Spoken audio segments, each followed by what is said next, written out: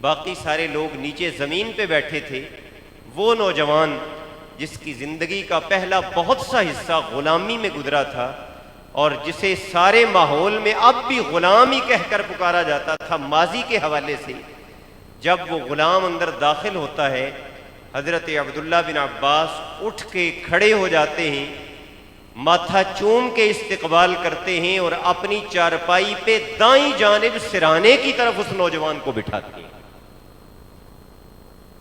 جب بٹھایا نا تو لوگوں نے چہ میں گوئیاں شروع کر دی، آپ کی بھی سماعتیں اسی طرف تھیں، آپ نے کسی کو بات کرتے ہوئے سن لیا، فرمایا کہ تم یہی بات کر رہے ہو نا کہ یہ کل تک غلام تھا اور عمر میں بھی ہم سے چھوٹا ہے، اور عبداللہ بن عباس نے اسے چارپائی پہ اپنے ساتھ بٹھایا ہے اور پھر اپنے ساتھ ہی صرف نہیں بلکہ دائیں جانب سرانے کی طرف بٹھایا، اتنی تکریم دی ہے، اتنی عزت دی ہے۔ حضرت عبداللہ بن عباس فرمانے لگے، اور یہ جو جملہ ہے حضرت عبداللہ بن عباس کا، حضرت شاہ لاسانی قدس سرہ کے عرس مقدس کی محفل میں تشریف لانے والے میرے مسلمان علم دوست بھائیوں، میری جو 40 منٹ کی گفتگو ہوگی اس گفتگو کا لب لباب حضرت عبداللہ بن عباس کا یہ ایک جملہ ہے۔ اللہ کرے کہ یہ ہماری سماعتوں میں، ہمارے دلوں میں اپنی جگہ بنا سکے۔ حضرت عبداللہ بن عباس رضی اللہ تعالی عنہ نے ارشاد فرمایا کہ لوگوں سننا چاہتے ہو کہ میں نے اسے عزت کیوں دی ہے؟ فرمایا کہ یہ قرآن ہے کہ جس کا مقام یہ ہے کہ جو گھٹیا ہو یہ قرآن اسے اعلیٰ بنا دیتا ہے، جو اعلیٰ ہو قرآن اس کے علو مرتبت میں مزید اضافہ کر دیتا ہے۔ اور فرمایا وَهَذَا الْقُرْآنُ يُجْلِسُ الْمَمَالِيكَ عَلَى السَّرَائِرِ، لوگوں عزتوں کا یہ پیمانہ یاد کر کے جانا کہ دنیا کی نظروں میں جو غلام ہوتا ہے اگر قرآن اس کے سینے میں سما جائے تو یہ قرآن اسے بھی تاج و تخت پہ بٹھا کے اس کا وارث بنا دیا کرتا ہے۔ حاضرین محترم، حضرت عبداللہ بن عباس رضی اللہ تعالی عنہ کا یہ جملہ ہمیں یہ سکھاتا ہے اور ہمیں یہ بتاتا ہے کہ ان کی نظر میں عزت کا معیار، بلندی کا معیار، شرف کا معیار یہ نہیں تھا کہ کوئی کتنا سٹیٹس رکھتا ہے، کوئی دولت مند کتنا ہے، رئیس کتنا ہے، کتنی شرافت والے خاندان سے اس کا تعلق ہے۔ حضرت عبداللہ بن عباس رضی اللہ تعالی عنہ نے اس ایک جملے میں یہ بتا دیا، امت مسلمہ کا کرائٹیریا یہ ہے کہ ان کے نزدیک جتنا قرآن سے تعلق مضبوط ہوگا وہ اتنی زیادہ عزت اور اتنی زیادہ تکریم کا مستحق بنتا چلا جائے۔ اپنی اصل عنوان کی طرف اس تاریخی منظرنامے کو پیش کرنے کے بعد آتا ہوں۔ اعتصام بالکتاب والسنہ کا مفہوم کیا ہے؟ لسان العرب کے اندر علامہ منظور افریقی رحمۃ اللہ تعالی علیہ جو عربی لغت کی بڑی مشہور کتاب ہے، فرماتے ہیں کہ اعتصام کا معنی ہوتا ہے اس چیز کو مضبوطی سے پکڑ لینا جو آنے والے ہر خطرے سے بندے کو بچا لے، اس چیز کو تھام لینا جو آنے والی ہر مشکل کا مداوع بن جائے، اس چیز کو اپنے لیے ڈھال بنا لینا جو آنے والی ہر پریشانی سے ہاتھ پکڑ کر بندے کو نکال لے۔ اللہ جل شانہ نے اور اس کے حبیب صلی اللہ تعالی علیہ وسلم نے کتاب و سنت کو تھامنے کے لیے جو اعتصام کا لفظ استعمال کیا ہے، اس میں بھی اس بات کی طرف اشارہ ہے کہ قرآن و سنت کو تھامنے والا، اسے پکڑنے والا، اس کے دامن سے وابستہ ہونے والا، وہ کسی معمولی چیز کا دامن نہیں تھام رہا بلکہ زندگی میں آنے والی ہر الجھن سے بچنے کے لیے قرآن و سنت کا رستہ وہ رستہ ہے کہ جس نے اس رستے کو اختیار کر لیا اللہ نے اس کی دنیا کی راہیں بھی آسان کر دی، جنت کی راہیں بھی آسان فرما دی۔ حاضرین محترم، اعتصام بالکتاب والسنہ یعنی قرآن و سنت کو مضبوطی سے تھامنا، اس کا مطلب آسان لفظوں میں کیا ہے؟ 3 سٹیپ ہیں اس کے اندر، اور مجھے بار بار یہ کہنا بھی اچھا نہیں لگتا کہ آپ توجہ میری طرف رکھیے۔ مجھے معلوم ہے کہ آپ حضرات کا وہ ذہن بنایا گیا ہے اور وہ ذہنی تربیت کی گئی ہے کہ بات پہ فوکس کرتے ہوئے آپ تشریف فرما ہیں۔ اعتصام بالکتاب والسنہ کا سب سے پہلا سٹیج یہ ہے کہ بندے کی ہر سوچ اور ہر فکر کا محور اللہ کا قرآن اور مصطفیٰ کی سنت بن جائے.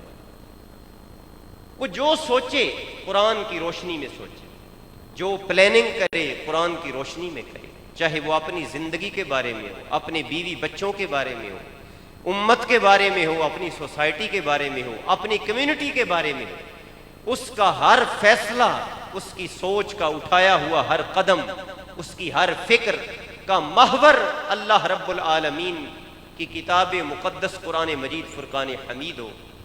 سوال ذہن میں آتا ہے کہ ایسا کرنا کیوں ضروری ہے؟ اس سے ہمیں کیا فائدہ ہو سکتا ہے؟ بڑے بڑے جید اہل علم تشریف فرما ہے. مجھ جیسے طالب علم کا ان کے سامنے لب کھولنا بہت بڑی جسارت ہے. اگر حکم نہ ہوتا تو میں کبھی بھی یہاں نہ بیٹھتا. طالب علمانہ انداز میں سمجھانے کی کوشش کرتا ہوں. جب بھی کوئی شخص کوئی فیصلہ کرتا ہے، فیصلہ کرنے میں اگر وہ درست فیصلہ کرنا چاہتا ہے تو کچھ چیزیں وہ ہیں جو درست فیصلہ کرنے میں رکاوٹ بنتی ہیں. پہلی چیز ان میں سے یہ ہے کہ جس چیز کے متعلق آپ فیصلہ کرنا چاہ رہے ہیں، آپ کو اس چیز کے تمام پہلوؤں کا علم نہیں. آپ مستقبل کے بارے میں نہیں جانتے کہ یہ چیز آگے چل کر کیسی ہو جائے گی. آپ جتنا بھی سوچ کے فیصلہ کر لیں گے، اگر سارے پہلوؤں کو نہیں جانتے، اس کے مستقبل سے آگاہ نہیں ہیں، تو فیصلہ صحیح ثابت نہیں ہوگا، اس کے نقصانات ہوں گے. بعض اوقات انسان کسی ہوس کی بنا پر، کسی لالچ کی بنا پہ فیصلہ کرتا ہے. آگے چل کے پتہ چلتا ہے نہیں، لالچ نے آنکھوں پہ پٹی باندھ دی تھی، فیصلہ کچھ اور ہونا چاہیے تھا، یہ سٹیپ نہیں لینا چاہیے تھا جو لیا گیا ہے. بعض اوقات انسان خوف کی وجہ سے، بعض اوقات انسان کسی کی دھمکی کی وجہ سے صحیح فیصلہ نہیں کر پاتا، اور صحیح اور غلط میں امتیاز کی صلاحیت اس کے اندر نہیں ہوتی. قرآن کو اپنی سوچ کا محور بنانا اس لیے ضروری ہے، توجہ فرمائیے گا میرے اس جملے پر، کہ قرآن میرے اور آپ کے بارے میں میرا فیصلہ نہیں، اس رحمان کا فیصلہ ہے. قرآن میرے اور آپ کے بارے میں، قرآن اللہ کا کیا ہوا فیصلہ ہے، رحمان کا کیا ہوا فیصلہ ہے. کون رحمان؟ کہ جس کی شان یہ ہے کہ وَهُوَ بِكُلِّ شَيْءٍ عَلِيمٌ، جو ماضی کو بھی جانتا ہے، جو حال کو بھی جانتا ہے، جو مستقبل کو بھی جانتا ہے. اس پر کسی کی دھمکی کارگر نہیں ہو سکتی، اس سے کسی ذرے کا علم مخفی نہیں ہو سکتا. اور پھر اللہ تبارک و تعالیٰ نے اس نقطے کو کتنی خوبصورتی سے قرآن مقدس میں سمجھایا. رب کریم ارشاد فرماتا ہے عَسَىٰ أَن تَكْرَهُوا شَيْئًا وَهُوَ خَيْرٌ لَكُمْ وَعَسَىٰ أَن تُحِبُّوا شَيْئًا وَهُوَ شَرٌّ لَكُمْ. رب فرماتا ہے قریب ہے، ایسا بالکل ممکن ہے کہ تم کسی چیز کو اپنے لیے ناپسند سمجھتے ہو، لیکن رب جانتا ہے کہ تمہارے سارے بھلے ہی رب نے اس چیز کے اندر پوشیدہ فرما دیا. اور فرمایا کہ تم ایک چیز کے پیچھے پڑے ہوئے ہو کہ اسے لینا ہی لینا ہے، اس کے پیچھے دیوانہ وار پھر رہے ہو، لیکن اللہ جانتا ہے اور اس کے حبیب صلی اللہ تعالی علیہ وسلم جانتے ہیں کہ تمہارا سر بسر نقصان اس چیز کے اندر پوشیدہ ہے. اگر تمہیں یہ مل گئی تو تمہاری کشتی ڈوب جائے گی، تمہارا بیڑا غرق ہو جائے گا. تو قرآن کو اپنی سوچ کا محور بنانا، سنت کو اپنی سوچ کا محور بنانا، یہ اس لیے لازم ہے کہ ہم اپنے ساتھ اتنے مخلص نہیں جتنا ہمارا پروردگار ہمارے حق میں رحمان و رحیم. ہم اپنے نفع نقصان کے بارے میں اتنا نہیں جانتے جتنا وہ پروردگار جانتا ہے. ماضی ہو یا حال ہو یا مستقبل ہو، ہماری آنکھوں کے آگے پردے آ سکتے ہیں، لیکن جسے ذرے ذرے کا علم ہے، قرآن اسی رحمان الرحیم پروردگار کا اتارا ہوا صحیفہ ہدایت ہے. حضرت جلیبیب رضی اللہ تعالی عنہ حضور کے ایک غلام تھے، شکل بھی پوری سی تھی، اور اوپر سے سونے پر سہاگا یہ کہ اتنے تنگ دست تھے کہ صبح ہے تو رات کو کھانے کو کچھ نہیں. نبی کریم علیہ السلام کی خدمت میں آ کے بیٹھتے. اسے مسند امام احمد میں امام احمد بن حنبل رضی اللہ تعالی عنہ نے صحیح سند کے ساتھ ذکر فرمایا. نبی کریم علیہ الصلوۃ والسلام جن کے بارے میں رب فرماتا ہے کہ امتی کو تکلیف ہو تو اس کے دل سے زیادہ دکھن میرے حبیب کے دل کو ہوتی. حضور کی خدمت میں آ کے بیٹھتے، جوان تھے. حضور نے دیکھا کہ وقت شادی کا گزرتا جا رہا ہے تو حضور نے پوچھا رشتہ نہیں مل رہا. عرض کیا حضور کنگال آدمی ہوں، غریب آدمی ہوں، مجھے کون رشتہ دے گا؟ نبی رحمت صلی اللہ تعالی علیہ وسلم نے ایک شخص کو بلایا اور فرمایا کہ مدینے میں وہ جو فلاں گھر ہے نا، ان کے ہاں ایک بچی ہے جو شادی کی عمر کو پہنچ چکی ہے، جاؤ اور جا کر انہیں میرا پیغام دو کہ حضور یہ چاہتے ہیں کہ تم اپنی بچی کا رشتہ میرے جلیبیب کو دے دو. پیغام پہنچا. شرم و حیا کے زمانے تھے، کنواری بچیاں اپنے گھروں کے کمروں سے باہر قدم نہیں رکھا کرتی تھیں. جب اس صحابی نے جا کر حضور کا وہ پیغام پہنچایا تو باپ اور ماں جو تھے اس لڑکی کے، وہ آپس میں گفتگو کرنے لگے. جانتے تھے حضرت جلیبیب کو. انہوں نے کہا کہ یہ وہی ہے کہ جس کے پاس نہ کھانے کو کچھ، نہ پینے کو کچھ، نہ اپنا گھر دروازہ، نہ کوئی اپنا کاروبار، نہ کام. تو وہ ان کی گفتگو سے یہ نظر آیا کہ شاید وہ اس رشتے کو قبول نہیں کریں گے، کیونکہ اس طرح کے معاملات میں حضور فورس تو نہیں کیا کرتے تھے، خواہش کا اظہار ہی فرماتے تھے.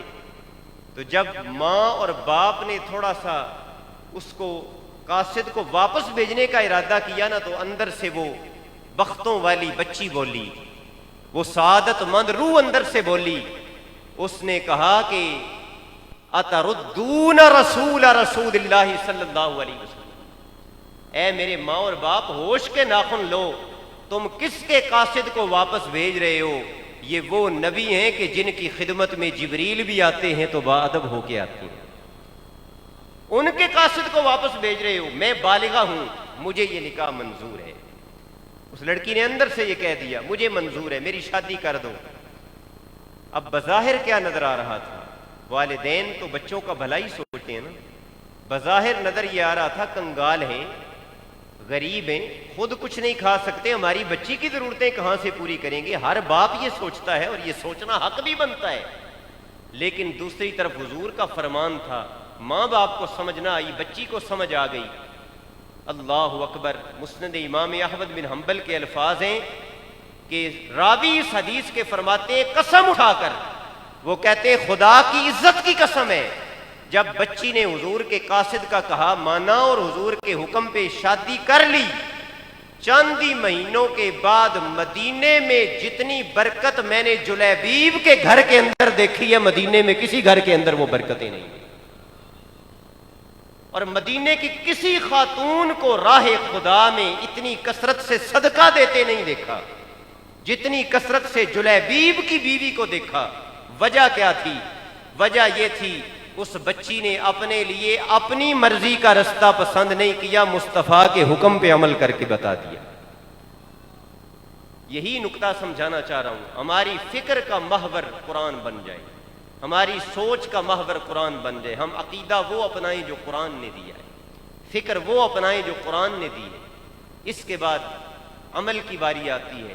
عقیدہ بھی قرآن کی روشنی میں ہو، عمل بھی قرآن مجید فرقان حمید اور سنت رسول صلی اللہ تعالی علیہ وسلم کی تعلیمات کی روشنی میں ہو. امام مالک رضی اللہ تعالی عنہ کا بڑا ہی تابندہ فرمان اس حوالے سے ہمارے سامنے ہے. آج امت جس ادوار کا، جس زوال کا شکار ہے، فکری طور پہ جو انتشار ہے، عملی طور پہ ہمیں جو کمزوریاں اور کوتاہیاں نظر آتی ہیں، مسجدیں ہماری ویران ہیں، مدرسوں کی رونقیں دن بدن گھٹتی چلی جا رہی ہیں، شغل میلے میں رونقیں بڑھتی جا رہی ہیں. اگر کتوں کی لڑائی ہو تو کئی میل تک گاڑی کھڑی کرنے کی جگہ نہیں ملے گی. لیکن اگر کسی جگہ پہ علم و ادب اور تحقیق کی بات ہو رہی ہو تو جو 4 لوگ بیٹھے ہوں گے وہ بھی 10 منٹ کے بعد جمائیاں لینا شروع کر دیں گے. آج امت کا فکری شیرازہ بھی بکھرا، عمل میں بھی کوتاہی آئی. امام مالک رضی اللہ تعالی عنہ حضور کی امت کے وہ با ادب امام کے جنہوں نے 40 سال حضور کی قبر انور کے قریب بیٹھ کے حدیث پڑھائی، لیکن قبر مصطفیٰ کا ادب یہ تھا کہ حدیث کی کتاب کا ورقہ بھی اس ادب سے پلٹا ہے کہ آواز پیدا نہ ہو جائے. ادب کا یہ پیکر. اور ابھی جو میں نے عرض کیا کہ حکم ہوا کہ اہل بیت اطہار کی محبت و عقیدت، ان کی مودت پہ بات کی جائے. میں بات آ گئی تو صرف ایک جملہ یہاں عرض کروں، باقی بات اختتام پہ کروں گا کہ جو بارگاہ مصطفیٰ میں حضور کی سنہری جالیوں کے قریب بیٹھے ہوئے حضور کی قبر انور کا یہ ادب بجا لاتے تھے، وہ حسن و حسین کا کتنا ادب بجا لاتے ہوں گے. ان کی قلب و نظر میں خاتون جنت کا مقام کیا ہوتا ہوگا. امام مالک رضی اللہ تعالیٰ عنہ نے نسخہ کیمیا بتایا، فرمایا لا یصلح آخر هذه الامة الا بما صلح بها اولها وما صلح به اولها کتاب اللہ و سنت نبی. فرمایا اے ہمارے بعد آنے والوں، یاد رکھ لینا یہ نسخہ، کہیں گم نہ کر بیٹھنا. جس نسخے پر عمل کرنے سے اللہ نے ابو بکر و عمر کو عزتیں عطا کی تھی، قیامت تک عزتوں کا معیار وہی رستہ رہے. امت کے اولین طبقے نے جن چیزوں کو تھام کر عزتیں پائیں، عظمتیں پائیں، توقیر پائی، دنیا پہ غالب ہوئے، قیامت تک کامیابی کا رستہ وہی ہے. یخرجہم من الظلمات الی النور کا اگر مصداق بننا چاہتے ہو تو وہ ایک ہی رستہ ہے، اور وہ رستہ کیا ہے کہ کتاب اللہ و سنت نبیہ. تمہارے ایک ہاتھ میں اللہ کی کتاب ہونی چاہیے اور دوسرے ہاتھ میں مصطفیٰ کریم صلی اللہ تعالی علیہ وسلم کی سنت ہونی چاہیے. حاضرین محترم، حضرت انس رضی اللہ تعالی عنہ راوی ہیں، فرماتے ہیں کہ مدینے میں ایک درزی، کپڑے سینے والا، مزدور پیشہ شخص رہتا تھا. حضور کو جب دیکھا کہ مختلف صحابہ اکرام حضور علیہ الصلوۃ والسلام کی دعوتیں اپنے گھروں میں کرتے ہیں، اس کے دل میں بھی تڑپ پیدا ہوئی کہ کبھی ہماری دہلیز کو بھی قدوم مصطفیٰ کے بوسے لینے کی سعادت میسر ہو جائے. حضور کی خدمت میں آیا، آ کے درخواست پیش کی، حضور ہماری دعوت کو قبول فرمائیں، ہمارے گھر بھی جلوہ فگن ہو. اللہ کے محبوب صلی اللہ تعالی علیہ وسلم غریبوں کے ملجا و ماوا، بے کسوں کے آسرا، آپ نے دعوت کو قبول فرما لیا. جب وہ دن آیا تو حضرت انس رضی اللہ تعالیٰ عنہ حضور کے خادم تھے، حضور نے انہیں بھی ساتھ لیا. فرماتے ہیں جب اس کے گھر میں گئے نا تو بیچارے کی غربت کا عالم یہ تھا کہ دسترخوان جب اس نے بچھایا تو جو کی روٹی اور ایک پیالے کے اندر شوربہ اس نے حضور کے سامنے رکھا. نبی رحمت صلی اللہ تعالی علیہ وسلم تشریف فرما ہوئے، بڑی خوش دلی سے حضور نے کھانے کا آغاز کیا. حضرت انس رضی اللہ تعالیٰ عنہ فرماتے ہیں کہ میں نے یہ منظر دیکھا کہ حضور کی مبارک انگلیاں شوربے کے اندر ڈوبی ہوئی ہیں اور حضور اس میں سے کدو کے ٹکڑے تلاش کر کر کے کھا رہے ہیں، تناول فرما رہے ہیں. یہ ہے اعتصام بالکتاب والسنہ. اور یہاں پہ میں اپنے استاد گرامی کا جملہ آپ کی سماعتوں کی نظر کروں گا حدیث کا مفہوم بیان کرنے کے بعد، کہ حضرت انس رضی اللہ تعالیٰ عنہ فرماتے جب میں نے حضور کو اس طرح کدو تلاش کرتے اور اس کے ٹکڑے ڈھونڈتے اور تناول فرماتے دیکھا ہے، خدا کی قسم ہے اس دن سے سبزیوں میں جو سبزی میرے دل کو محبوب ہو گئی ہے وہ کدو کی سبزی ہے. میرے استاد گرامی جب یہ حدیث پڑھاتے مجھے آج بھی یاد ہے، فرمایا کرتے کہ اس میں قابل توجہ بات یہ ہے کہ حضور نے کہیں بھی یہ نہیں فرمایا کہ کدو سے محبت کرو. حضور نے کہیں بھی یہ نہیں فرمایا کہ تم بھی اسے اپنا محبوب اور اپنا مرغوب بنا لو، اسے کھایا کرو، اسے استعمال کیا کرو. حکم دیا ہو امت کے لیے، اسے شریعت بنا دیا ہو، ایسا نہیں. میرے استاد محترم فرمایا کرتے تھے یہ سرکار کے غلام اگر ان باتوں میں حضور کی اتنی پیروی کرتے تھے جن کا حضور نے پابند کیا ہی نہیں، تو جس کو حضور نے قیامت تک آنے والی امت کے لیے اپنی سنت بنا دیا ہے، پھر ان چیزوں میں ان کے حضور کی اتباع کا عالم کیا ہوتا ہو. نبی رحمت صلی اللہ تعالی علیہ وسلم نے ضرورت کے مطابق انگوٹھی بنوائی. صحیح بخاری کی روایت ہے، مہر لگانا ہوتی تھی خطوط کے اوپر، سونے کی انگوٹھی حضور نے بنوائی. اس وقت تک ابھی حرمت کا حکم نازل نہیں ہوا تھا. نبی رحمت علیہ الصلوۃ والسلام نے سونے کی انگوٹھی پہنی تو دیکھا دیکھی تمام صحابہ اکرام نے سونے کی انگوٹھیاں بنوائی. سب کو پہنے ہوئے حضور نے دیکھا، لیکن جب حکم آیا تو صحابہ بیٹھے ہوئے تھے. نبی رحمت صلی اللہ تعالی علیہ وسلم نے ان کے سامنے وہ انگوٹھی اتاری اور اتار کے حضور علیہ الصلوۃ والسلام نے اسے ایک طرف ڈال دیا اور فرمایا کہ میں اب اسے نہیں پہنوں گا۔ راوی فرماتے ہیں حضور کے اتارنے کی دیر تھی، جتنے غلام بیٹھے ہوئے تھے وجہ کسی نے نہیں پوچھی، سب نے اپنی انگوٹھیاں اتار کے پہنی۔ بعد میں کہا گیا اٹھا لیجیے، بیچ دینا، سونا ہے کام آئے گا۔ تو محبت والوں، حضور کے غلاموں اور اولیاء اللہ کا دامن تھامنے والوں، یہ ہے اعتصام بالکتاب والسنہ کی مثال زریں کہ حضور کے غلاموں کے لبوں پر ایک ہی جملہ تھا، جس چیز کو میرے آقا نے پھینک دیا غلام اس چیز کو سینے سے کیسے لگا سکتا ہے، اسے کیسے اٹھا سکتا ہے۔ میں اپنی گفتگو کو آگے لے جاتے ہوئے جو پیغام اس موضوع کے حوالے سے دینا چاہتا ہوں وہ کیا ہے؟ اللہ تبارک و تعالی ارشاد فرماتا ہے وَكَذَلِكَ أَوْحَيْنَا إِلَيْكَ رُوحًا مِّنْ أَمْرِنَا۔ یہ جو کتاب و سنت کو مضبوطی سے تھامنا، پکڑنا، فکر میں بھی قرآن کو اپنا قبلہ بنانا، عمل میں بھی سنت رسول کو اپنا رہنما بنانا، اس کے اندر جو حکمتیں، اس میں سے ایک حکمت یہ آیہ مبارکہ واضح کر رہی ہے۔ اللہ تبارک و تعالی فرماتا ہے وَكَذَلِكَ أَوْحَيْنَا إِلَيْكَ رُوحًا مِّنْ أَمْرِنَا۔ اے نبی، ہم نے آپ کی طرف جو وحی بھیجی ہے وہ وحی کیا ہے؟ اس وحی کا تعارف یہ ہے کہ اللہ تبارک و تعالی فرماتا ہے ہم نے اس وحی کو روح کائنات بنا کر تمہاری طرف بھیجا ہے۔ مفسرین فرماتے ہیں جس طرح جسم ہوتا ہے، جسم سے روح نکل جائے تو بیکار ہے، اور جسم کے اندر روح آ جائے تو پھر آنکھیں دیکھیں گی بھی، کان سنیں گے بھی، سارے اعضاء کام کریں گے، ان کے اندر وہ صلاحیتیں، ان کے اندر وہ بہاریں، وہ رونقیں آ جائیں گی۔ اللہ تبارک و تعالی نے مصطفیٰ کریم کے قلب اطہر پہ اترنے والے قرآن کو روح قرار دیا۔ روح کے لفظ سے جو سبق دینا مقصود تھا وہ کیا تھا کہ جس طرح مردہ جسم کے اندر روح پڑ جائے وہ مردہ جسم زندہ ہو جاتا ہے، اسی طرح مردہ دل کے اندر جب قرآن کا روح اتر جاتا ہے تو اللہ تبارک و تعالی روح قرآن کی برکت سے مردہ دلوں کو بھی زندگی عطا فرما دیتا ہے۔ نبی رحمت صلی اللہ تعالی علیہ وسلم تشریف فرما ہے، آپ نے ایک تنکا اٹھایا،